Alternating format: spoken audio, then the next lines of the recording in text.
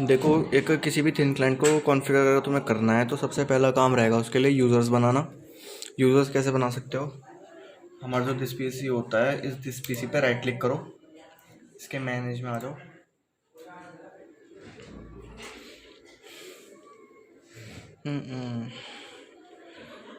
और यहाँ पर आपको मिलता है एक option, local users and groups.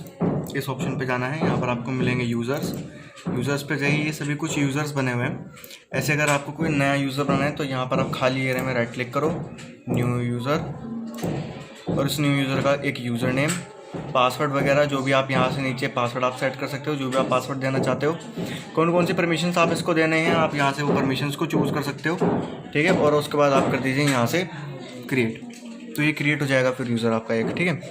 तो ये तो तरीका हो गया यूज़र क्रिएट करने। जैसे कि मैंने यहाँ पर 7 यूज़र क्रिएट किए हुए हैं अपने लिए, तो और एक ही मेरा एडमिन हो गया, ठीक है। ये मेरा मेन एडमिन और बाकी ये 7 हमारे यूज़र्स हैं, ठीक है। तो इस तरह से तो सबसे पहले आपको ये कि यूज़र क्रिएट कर लेना है। यूज़र क्रिएट करने के बाद आपको जो दूसरा काम करना है वो करना है, आपको कंट्रोल पैनल में जाना है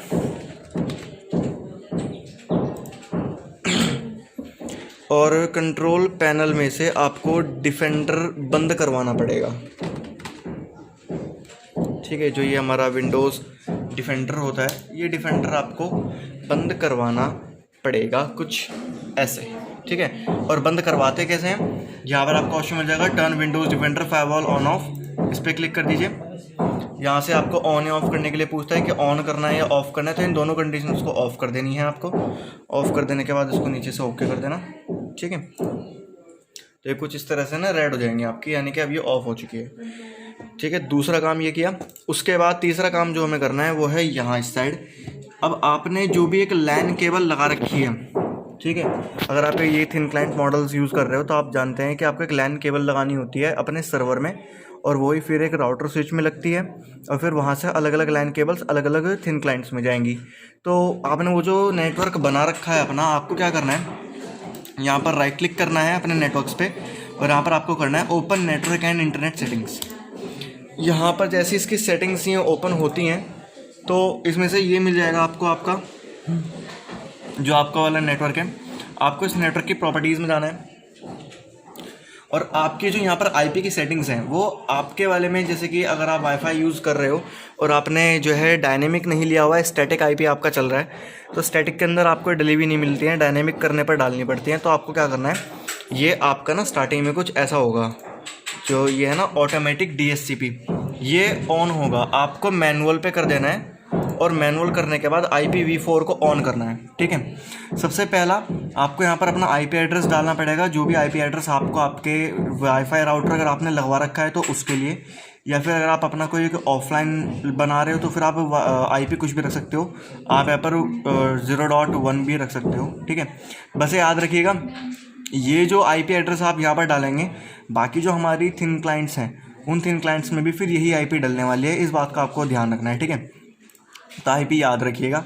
तो यहाँ से ये एक IP डालनी है, उसके बाद नीचे प्रीफिक्स लेंथ डाल दीजिएगा, गेटवे डाल दीजिएगा इस तरह से कुछ, ठीक है। आपका इंटरनेट का गेटवे है ये, ओके।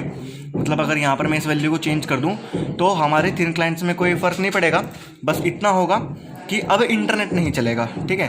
थिन क्लाइंट्स को चलाने के लिए जो IP है वो ये है, और इंटरनेट को एक्सेस करने के लिए IP जो है वो ये है, ठीक है। इस बात का ध्यान रहे। DNS आपको यहाँ पर मिल जाएंगे, DNS आप ये रख सकते हैं यहाँ पर, ठीक है।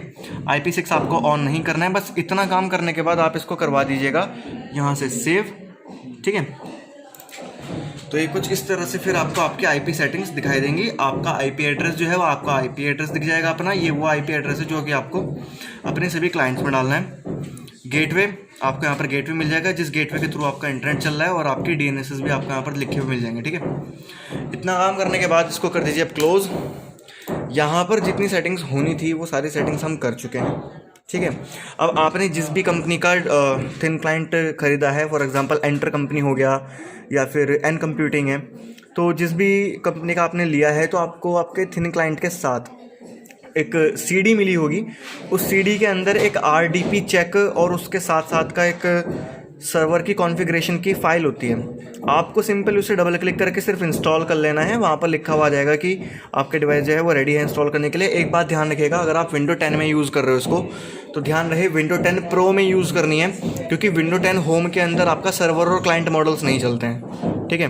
तो वहाँ पर आपके वो सॉफ्टवेयर इंस्टॉल नहीं हो पाएंगे। अगर आपकी 10 होम है, आप 10 प्रो यूज़ कर सकते हो, वो ज़्यादा बेटर होती है। मैं भी ये 10 प्रो ही यूज़ कर रहा हूँ, ठीक है। तो आपको इतना काम तो कर लेना है अपनी मेन स्क्रीन पे। अब चलते हैं अपनी दूसरी स्क्रीन पे।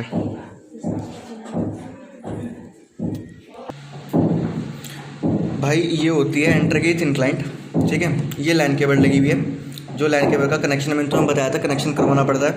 तो ये लैन केबल का कनेक्शन है, वो रखा हुआ है राउटर स्विच, ठीक है। राउटर स्विच में से एक वायर तो आ रही है सर्वर में से, और बाकी वायर्स जो उसमें से निकल रहे हैं वो वायर्स फिर जा रही हैं इन अलग अलग क्लाइंट्स में। एक यहाँ लगी हुई है, एक वहाँ लगी हुई है, एक वहाँ पर लगी हुई है, इस तरह से लगी हुई है ये, ठीक है। तो इसको ऑन करना, और अब तुम्हें कॉन्फ़िगरेशन क्या क्या करनी है इसके अंदर वो बता रहा हूँ।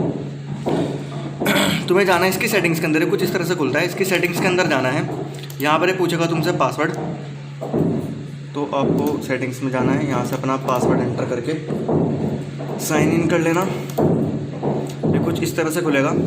सबसे पहले एक तो होता है तुम्हारा रिजोल्यूशन, ठीक है, कि कितना रिजोल्यूशन तुम रखना चाहते हो अपनी स्क्रीन का, वो यहाँ से सेट कर सकते हो। बाकी जो हमारी नेटवर्किंग है उसके लिए तुम्हें जाना है यहाँ नेटवर्क के अंदर, और ये वायर्ड नेटवर्क है, इसकी सेटिंग्स को तुम्हें ओपन करना है, ठीक है। और इसकी सेटिंग्स में यहाँ पर देख सकते हो ये डली हुई है आईपी एड्रेस, ठीक है। डायनेमिक नहीं है, स्टैटिक हुई हुई है, ठीक है। तो जो आईपी एड्रेसेस हमने वहाँ डाले थे वो आईपी एड्रेसेस हमने यहीं पर डाले हुए हैं, ठीक है। ये सारी चीज़ें तुम्हें ध्यान रखनी है। और दूसरा है पेरिफेरल्स में तो इतना कुछ खास ध्यान रखने की ज़रूरत नहीं है, बस ये ध्यान रखिएगा नेटवर्क की सेटिंग्स आपको याद होनी चाहिए, ठीक है। जो भी आपने आईपी एड्रेसेस वहाँ डाले थे वही आपको आईपी एड्रेसेस यहाँ पर भी एंटर करने हैं, ठीक है। सेम डीएनएस रखना है, सेम आईपी एड्रेस करना है। गेटवे आप अपने हिसाब से रख सकते हो, क्योंकि यहाँ पर गेटवे कुछ भी हो सकता है, मेन गेटवे हमारे सर्वर के अंदर होना चाहिए, ठीक है। तो ये बस आईपी आपको ध्यान रखनी है और इसको बस सेव करवा लेना है, ठीक है। वैसे कंफर्म सेव रहता ही है मेरे वाला तो हमेशा। तो बस इतना काम करना है आपको, ठीक है। अगर आपको अपने वाले की इन्फॉर्मेशन देखनी हो तो यहाँ से इन्फॉर्मेशन भी आप देख सकते हो, ठीक है, कि हमारे वाले की जो है वो कितनी रैम है, क्या स्टोरेज है उसका, कौन सा उसके अंदर सीपीयू लगा हुआ है। डायग्नोस्टिक्स में आप यहाँ पर अगर कोई आईपी एड्रेस आप डायग्नोस्टिक्स करना चाहते हो वहाँ से कर सकते हो। रिजोल्यूशन इवन आपको बताया था। और अगर कोई पासवर्ड सेट करना है तो भैया नया पासवर्ड यहाँ से सेट कर सकते हो, ठीक है। बाकी बैक कर लेता हूँ मैं। तो जब आप एक बार ये सारे कनेक्शंस कर लेते हो ना, यहाँ पर आपको सिंपली अपना कनेक्शन डालना है जो भी बना रखा है, जो भी पासवर्ड उसके लिए सेट किया होगा आपने, यहाँ से वो पासवर्ड डाल दीजिए और कर देना है कनेक्ट, ठीक है। जैसे कनेक्ट करोगे तो आपके सर्वर के साथ कनेक्ट होकर के चल जाएगा इस तरह से, ठीक है।